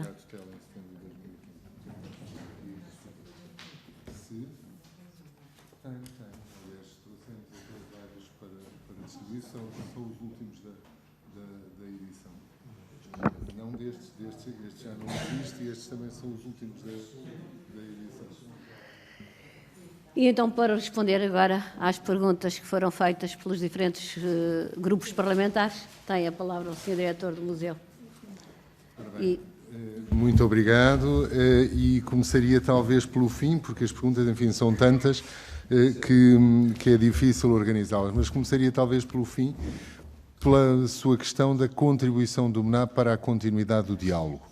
Ora bom, para haver um diálogo, são precisos it takes two to tango, são precisos emissor e receptor, e, portanto, o Museu Nacional da Arte Antiga tem estado sempre a falar sozinho. E isto permite-me também responder à outra questão de quantas reuniões tivemos com a Sra. Ministra da Cultura. Nenhuma. A Sra. Ministra da Cultura recebeu-nos exatamente na reunião do dia 2, a par de todos os outros colegas diretores dos museus, dos palácios, monumentos e sítios arqueológicos, dependentes da Direção-Geral e das Direções Regionais de Cultura. Portanto, foi na reunião plenária o primeiro momento de trabalho que eu tive com a Sra. Ministra da Cultura, este dia 2 de janeiro.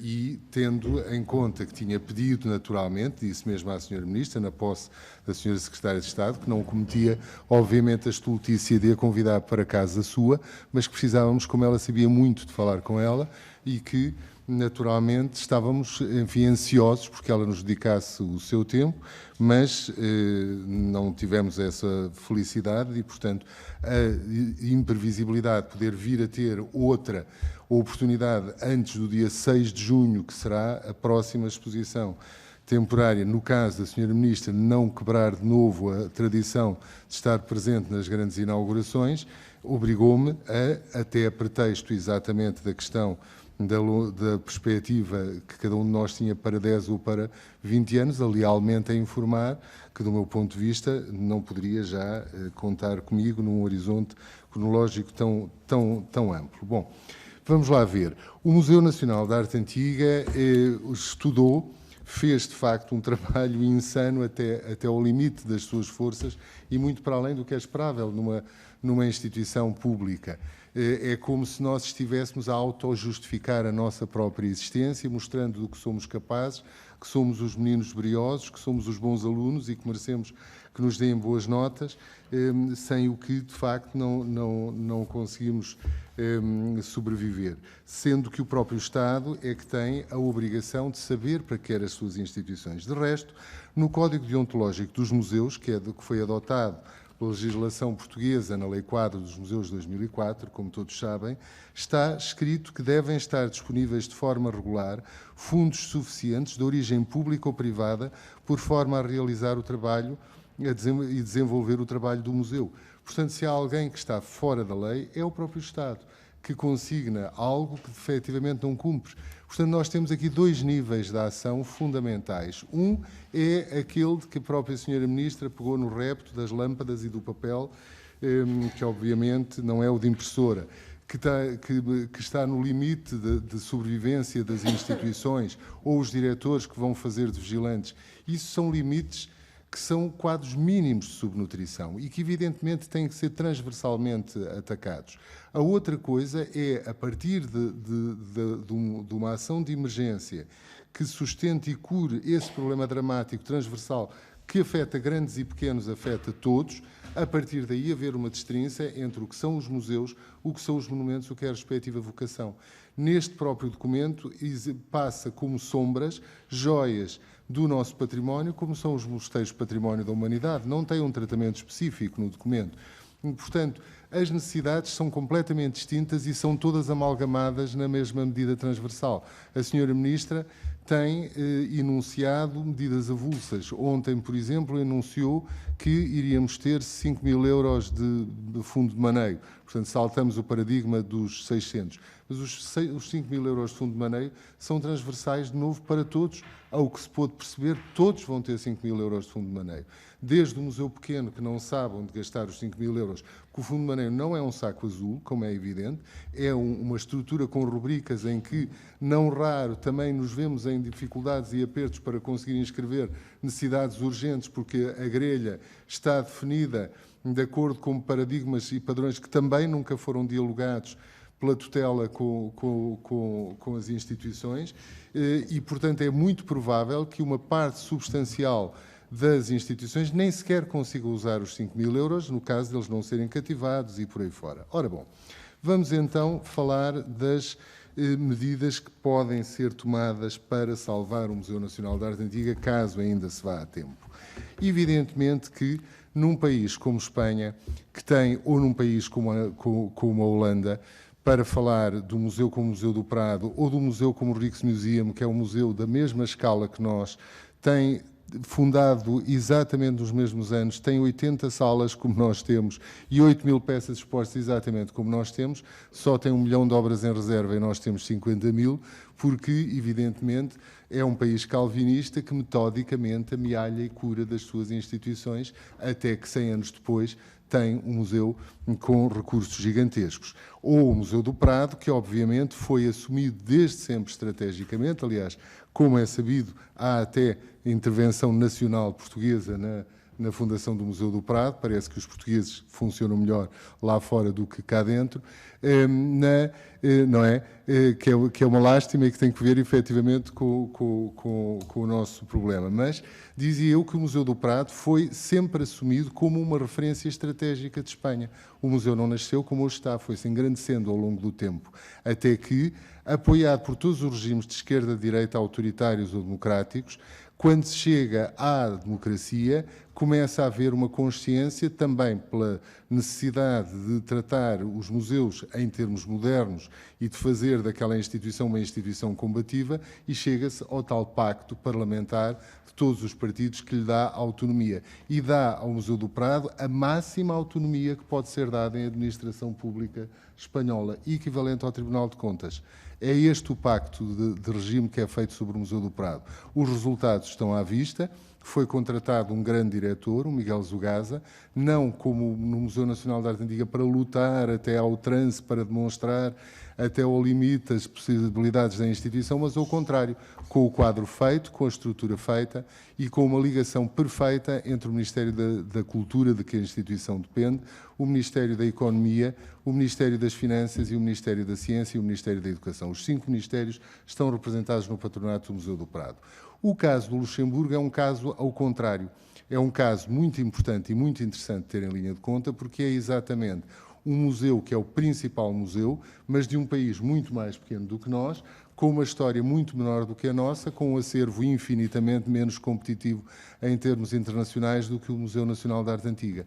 Contudo, tem 108 funcionários e gera um orçamento de 7 milhões de euros, dos quais 4 milhões e 600 mil são de contribuição pública e o resto são receitas próprias. Sucede que, por acaso e por simetria também, luso-luxemburguesa, esses 4 milhões e 600 mil são o equivalente ao que o Estado participa como fundador da Fundação Serralves.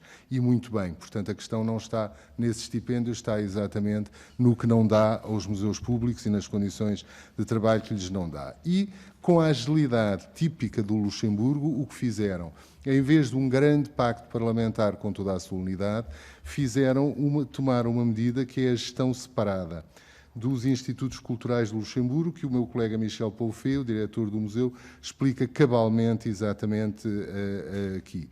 Foi um modelo que foi testado inicialmente em instituições, num punhado muito pequeno, 4 ou 5 instituições, os Arquivos Nacionais, a Biblioteca Nacional, o Museu de História Natural, o Serviço de Monumentos e Sítios, o Centro Nacional de Audiovisual e o Centro Nacional de Literatura. Teve naturalmente a resistência, como é típica do Ministério das Finanças, que hoje é o principal aliado desta estrutura, porque inclusive as estendeu já não somente a à rede escolar como às próprias embaixadas, porque percebe que tem o controle antes e depois da operação, portanto há um controle total das contas da instituição, a instituição permanece pública, que é fundamental para o Museu Nacional de Arte Antiga continuar como instituição pública, as coleções são públicas, o corpo dos funcionários é público, todo o controle é público antes e depois. Existe um controle do plano de atividades, um controle do orçamento e um controle da sua execução.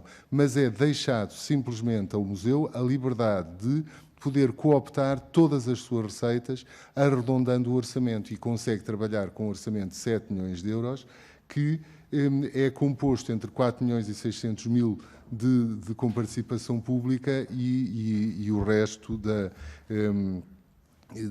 das receitas de loja, de merchandising, etc., que faz. O que não me parece que seja possível, pura e simplesmente, é continuarmos a trabalhar com os números que não sabemos e com os números com que trabalhamos. Porque quando nós vemos, e são números de 2013 inscritos no estudo NA 2020, que o Museu da Fundação Calouste Gulbenkian tem um total de custos, tinha então um total de custos de 4 milhões de euros, ou que o Centro de Arte Moderna da Gulbenkian tinha um total de custos de 3 milhões e 800 mil euros, ou que a Fundação Serralves tem tinha então um orçamento de 8 milhões de euros, como é que é possível que o Museu Nacional de Arte Antiga opere com 2 milhões de euros? É tão simples quanto isto. Enquanto não se falar das coisas, enquanto não se falar de números, enquanto não se perceber de que é que estamos a falar, enquanto nós não conseguirmos perceber as potencialidades do museu, o contributo para a marca do país, não conseguimos falar dos meios, e estamos permanentemente a culminar o museu de ser instituição altamente deficitária e a falar de solidariedade entre equipamentos, quando na verdade estamos apenas a puxar a mesma manta para tapar os pés que destapamos. E eu não dar à própria instituição, porque há autonomia, dá-lhe condições inclusive de sustentabilidade, porque se nós não temos possibilidade nem de fixar o preço da bilhética, nem o regime de gratuitidades, nem os horários, nem tampouco de usar as nossas imagens, não somos senhores das nossas imagens, nem sequer somos capazes de desenvolver o próprio merchandising com a competência própria, não sabemos de que é que estamos a falar. Um grande museu é hoje uma grande empresa, tem que ter valências profissionais, por isso a comunicação, por isso o marketing, por isso a gestão comercial, por isso a restauração, etc., tal como não passa pela cabeça de ninguém servir as refeições no restaurante do museu, também não percebe porque é que passa pela cabeça controlar as lojas, por exemplo, é um desperdício total. Só que não se sabe e não se fala do assunto, continua-se com leviandade a falar de assuntos de que não se conhece. E o que a mim mais me espanta, confesso, neste processo, é como é que a ausência de diálogo, um documento que nasce enquinado por uma vontade de o levar para determinados objetivos, comprometeu a bondade da iniciativa desde o início, por não colher o saber de quem, naturalmente, estando na área e de uma instituição que produziu este conjunto de estudos, poderia naturalmente contribuir. Se o museu, como o Museu Thyssen, por exemplo, que não consegue ultrapassar 1 milhão de visitantes, está sempre ali no limiar de 1 milhão de visitantes, mas fatura na loja 4 milhões de euros, isso deve-se a uma gestão profissional da loja. Portanto, isto contribui, como é evidente, visivelmente, para a sustentabilidade do equipamento. Agora, para isso, é preciso saber de museus, é preciso saber do que é que se passa, e de lojas e tudo isso, quer dizer, e, portanto, a questão basicamente é esta.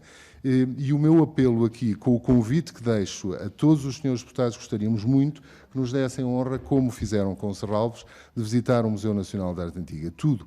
Ver as condições que trabalhamos, ver o que fazemos, ver o que operamos, falar com a equipa, não com a direção, falar com a equipa. Acho que é essencial neste momento. Verem as reservas do museu para perceberem efetivamente o que é que são as condições de trabalho, o que é que são as necessidades, mas o que é que são as potencialidades. Porque no estudo NA 2020, como digo, feito por uma equipa notável, a Fundação McKinsey está, como é sabido, na origem da nova BSE, não é? Portanto, não estamos a falar do Conselho de Curadores com eminentes juristas, economistas e administrativistas. O estudo foi feito sempre com uma perspectiva de obsessivo rigor, ou não fosse eu, devo dizer também, universitário. E, por conseguinte, essa obsessão de rigor foi fundamental. A cada premissa foi sempre reduzida em 50% antes de acrescentar a premissa seguinte. Pois o estudo fala em 70 milhões de euros de impacto económico do museu, uma vez autónomo, com a capacidade de gestão dos seus recursos e com a sua própria ampliação. É isto que nós estamos a deitar fora, é esta marca que estamos a deitar fora, a favor de uma gestão inclusiva dos recursos turísticos, como eu também refiro num outro texto que acaba de ser publicado também na revista da especialidade, na última revista da DGPC, nós estamos a comprometer o próprio turismo enquanto recurso ao colocar no mercado uma marca errada, simplesmente porque não estudamos, não ponderamos e não fazemos as coisas com a devida reflexão. Não se trata, vivemos numa espécie de binómio, com alguma esquizofrenia, creio eu, entre estarmos fixados em horizontes longínquos, de 10 e de 20 anos, ou fazermos estudos sobre estudos e comissões sobre comissões, ou, ao contrário, não curarmos do que está a passar na linha do horizonte, porque o tempo não passa duas vezes no mesmo relógio. É tão simples quanto isso. E, portanto, com os museus e com os monumentos e com os sítios patrimoniais, que finalmente ganharam voz, e muito bem, Senhora Deputada, não posso estar mais orgulhoso do que ver os meus colegas aqui, mas também peço que conceda ao Museu Nacional de Arte Antiga a pequena cota da responsabilidade nesse processo, porque se não tivéssemos feito, não tivéssemos sido os meninos mal comportados e não tivéssemos feito barulho e ruído este tempo todo, duvidosamente estaríamos aqui por uma razão muito simples, Senhora Deputada. É que este decreto-lei já tinha passado no Conselho de Ministros antes do verão, como estava previsto que o fizesse, e, portanto, não estávamos aqui neste ponto, porque se ele não passou, deve-se com o documento que o Museu Nacional de Arte Antiga, inverosimilmente, com o sacrifício da madrugada do seu diretor, produziu em menos de 24 horas, porque entre as 8 horas menos 7 minutos da noite do dia 23 de julho de 2018 e às 3 da tarde do dia 24,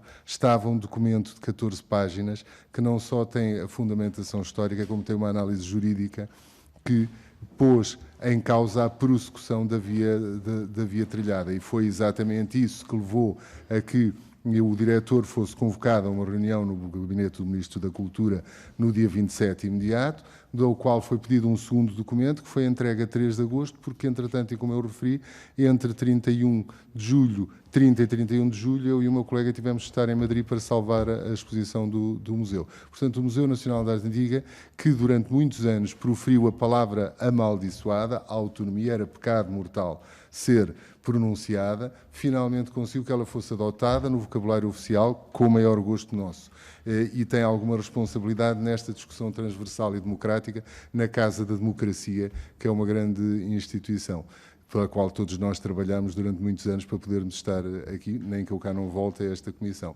E, por conseguinte, nem que seja, mas com infinito gosto e muita honra por estar, como digo, na Casa da Democracia. E reitero denodadamente o convite para que visitem o Museu Nacional de Arte Antiga numa delegação parlamentar. É urgente fazê-lo. Que serão recebidos por toda a equipa durante um dia de visita, ou de manhã, ou de tarde, como quiserem, o tempo que quiserem, vendo o museu todo, desde o Hotel Ibis, onde nós trabalhamos, até aos sítios onde estão alojados, da forma mais inverosímil, gabinetes de conservação e restauro.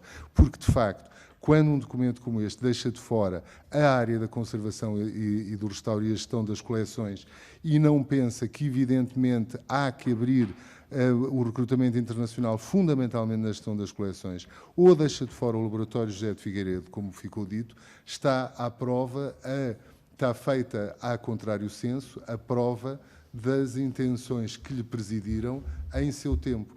Com a atual Senhora Ministra, que é de outro tempo, acho que não tem que ser refém da matéria que vem de trás e estamos mais do que a tempo de parar, ponderar, olhar construtivamente para este documento, de forma a que ele possa, de facto, ser o nascer de um tempo novo e não o salvar por obstinação de um documento que, de facto, como é consensual, porque se há algum consenso neste documento existe, é sobre os problemas constitucionais que ele informa. E, portanto, acho que devemos estar todos construtivamente, de forma a que nos sintamos bem no final e contentes com o trabalho feito e com a responsabilidade que nos está depositada, porque este é o momento histórico em que ou fazemos ou as coisas já não serão feitas. Todos nós ficaremos na história e isso foi aquilo que se conseguiu. Há uma fotografia final de todo este processo. Ou ficamos bem ou ficamos mal. Todos. Muito obrigado.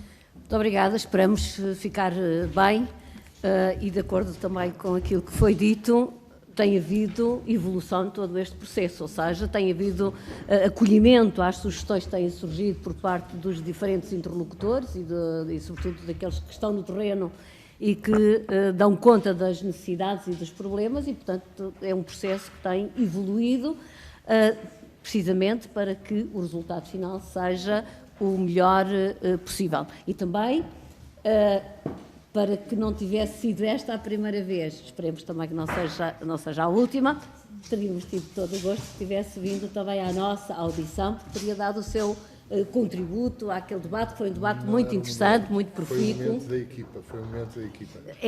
Há uma diferença. Há uma diferença. Não haveria dois tempos. Não haveria dois tempos. Não, haveria, não. Podiam ter feito, ou seja, não houve atribuição. Na audição é diferente o modelo. Não há atribuição de tempos a cada um dos monumentos e dos museus, etc. Ali, os únicos que tiveram tempo mais limitado foram, de facto, os deputados, porque cada grupo parlamentar... Senhora deputada, ainda não concluímos. Senhora deputada Carla Sousa, ainda não concluímos. Peço desculpa. Portanto, o modelo da audição é mesmo um modelo livre para que todos os participantes possam usar da palavra, obviamente com a moderação e a capacidade de síntese que se requer nestas situações, para que toda a gente possa dizer aquilo que tem para dizer, para que todos possam dar a sua opinião. Eu não vou ser indisciplinado, não vou repetir. Mais uma vez, muito obrigada. Agradeço mais uma vez a presença do Sr. Diretor, do Sr. Subdiretor, da Sra. Assessora de Imprensa. Agradeço. E agradeço também aos senhores e senhores deputados. E nós ainda não concluímos aqui a nossa reunião, que ainda temos de tratar do outro ponto, que não foi possível. Como? Senhora... Então... Os animais de circo. Sim? Não. Pronto. Então, está concluída então a nossa reunião e até amanhã.